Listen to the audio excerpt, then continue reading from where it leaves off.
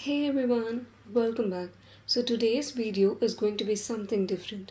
Today I would be trying LIPPAN art for the first time and thought why not take all you guys also on the journey. So I have bought these Fevicryl clays, these small packets that I got them for 25 rupees each. So I will be doing this work on a small MDF circular board that's been lying in my home from a very long time. So yeah, of course, when I tried to cut these packets, my scissors had to fail me. They never work when I need, but at the end, we did it. Okay, so after a long struggle, I cut it open. So the clay, Fevicryl mold clay comes in two parts. One is the resin base, and as you can see, this is the resin base, the pink color named packet. And this is the hardener that comes in the blue color named packet. So we gotta mix both of these together and then make our strings or threads or however you would address them. So first off, before that, I wanted to make a design on which I would be doing the entire thing, kind of a stencil. So I marked the center of my circular board. I think this is a board of around 10 centimeter in diameter. So after marking the center, just a basic mandala pattern that I wanted to do. So yeah, it was a little difficult to take this MDF board, place the compass on it because it was slipping away continuously. It didn't work like how it would usually work on a paper. So here also, after a long struggle, I finished drawing the circle. Next up, I'm just marking the lines. I'm not going very intricate on this because it's not possible to place the clay in such a complicated way. I feel the more spacious it is, the more space I have for the mirrors, the more cleaner and better it will look. So I have just marked angles for every 45 degrees. So that's gonna make it 8 parts in the entire circle. And then you can see that above the circle that I initially drew, I'm just drawing the regular petal kind of pattern. I think because of the light in which I was shooting, you're unable to see what I'm drawing. But I think now you can see I just added a little more detailing, like maybe a double line, and that's the pattern we are going to be tracing. So next up, to make the clay thin rolls, as far as the research I did on YouTube, they told to use a sheet or a base down so that it doesn't stick to the floor or the base on which you are doing. So I took the small piece of plastic sheet and I will be doing this entire rolling molding process on top of that sheet. So as I open both the packets up, you can see the lighter mixture is the resin base and the darker one is the hardener. So we're supposed to mix both these items in equal proportions in order to be using them. So as the name suggests, hardener is the substance that's going to make your clay hard. So it's always advisable that you don't mix up everything at a time and you just take small quantities and then mix them up together. So I've just taken a very small amount of both the parts, and definitely this transition is not going to work as it works on Instagram. We have to mix them. This blending them together process took quite a while actually. They do blend easily, but it's not a cakewalk task, but they do happen. So once they blended, they almost come into this completely white shade. You can see the hardener completely mixes with the resin base, and it's just one white color piece you get to work with. So I started rolling them into small threads. They were very easily getting shaped. I initially tried doing it with hands, but it didn't create an even surface. So I took up this old box that I had and tried with that, but that made my work more difficult. So I again went back to hands and I tried my best to, make it even. They were getting rolled very easily as I told. So I'm just trying from both the ends equally to get the thin long string. So as you can see, as I went on rolling from both the corners, you can see the size is increasing and it is extending from both the places. I'm also sure that you can see it is uneven because I'm using my hands. So if you are trying to do this, if you find a better object that's going to help you with this rolling process, go ahead, but do not use hands.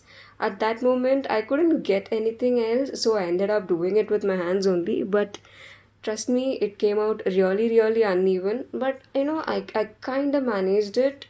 But I was definitely not satisfied with the way it was coming up. I know you guys must be thinking that I should have found a way other than this, other than using my hands to do this. But no, my lazy mind told no, it's fine, do it with your hands. So I continued doing the entire thing with my hands, and at this moment, yeah, you can definitely see the string is uneven, but I got my desired length. I didn't want it to be thinner than this. Some places, if I rub more, if I roll it more, I knew the thread is going to break. So as I got this ready, I've taken the MDF and I started applying Fevicol along the design I drew. You can use any glue. Fevicol was at home, so I picked up Fevicol. So as you can see that I've just put a little amount of Fevicol around that circle. And next I slowly started to place the clay thread along the Fevicol. So the problem started here. I didn't know how to cut them, how to join them. I think you will see all my struggles as I go along the video. Yeah, so you can see that I started from one point, and it was easier to move the board rather than taking the string along, because again, clay, you pull it, it's gonna tear apart. So I slowly moved the board along and put it exactly over the gum.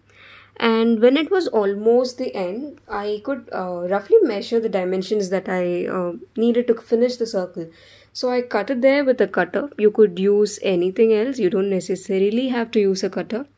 So slowly I finished the circle, adjusted it a little bit, and again it was a fuss here using hands. So I felt hands was not gonna happen. I felt I needed something else. And I did pick up a tool. I think I would be using that in the later stage. So again, putting glue on the second circle that I did.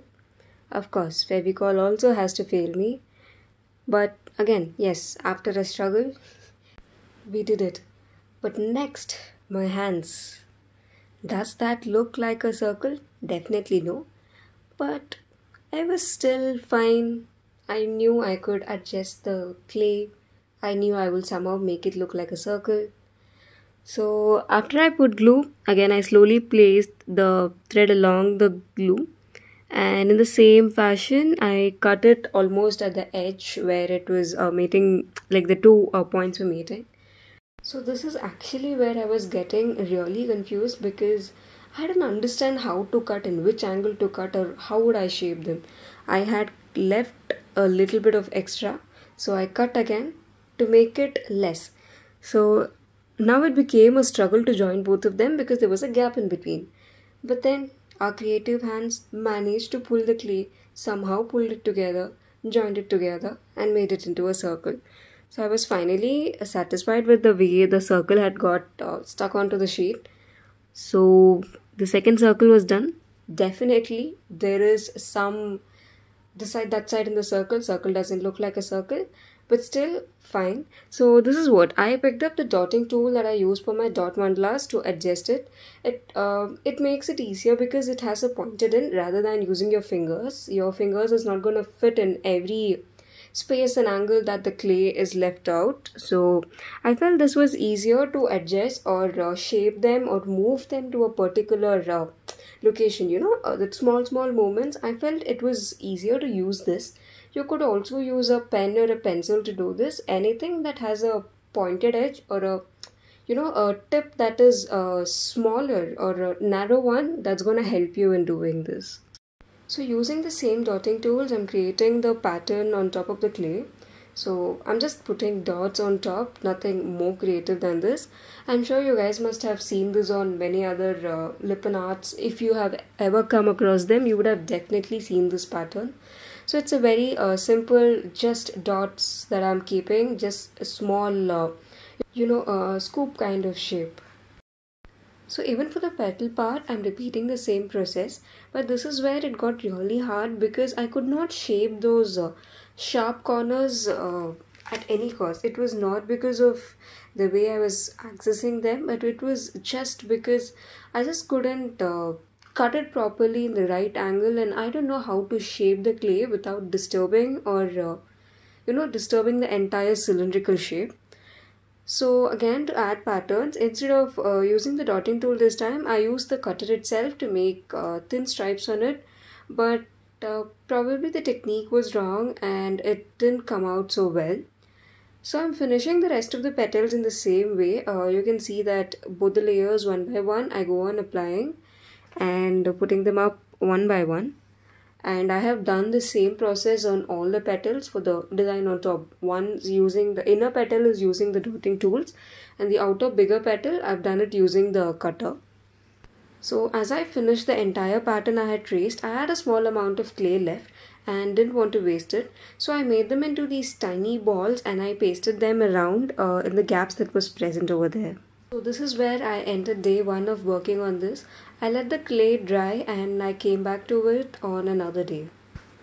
So as far as what I had read about Fevicryl molding clay on internet, it would typically take about 3 or 4 hours to dry completely and harden. So I actually let it dry overnight. So as I had mentioned earlier, I want to paint this entire thing in white. So I'm using white acrylic paint that is also from Fevicryl. So as you can see, I have just picked up paint in my brush and I start painting over it. And I quickly realized that I have picked up a really wrong size of brush. It was getting difficult to paint with this brush because the underparts of the clay, I was unable to reach the narrow edges or the part that's below the clay with this kind of brush. So I used this brush to quickly give a rough coat on top, especially the part that's easily accessible by this brush, so it would make my work quicker.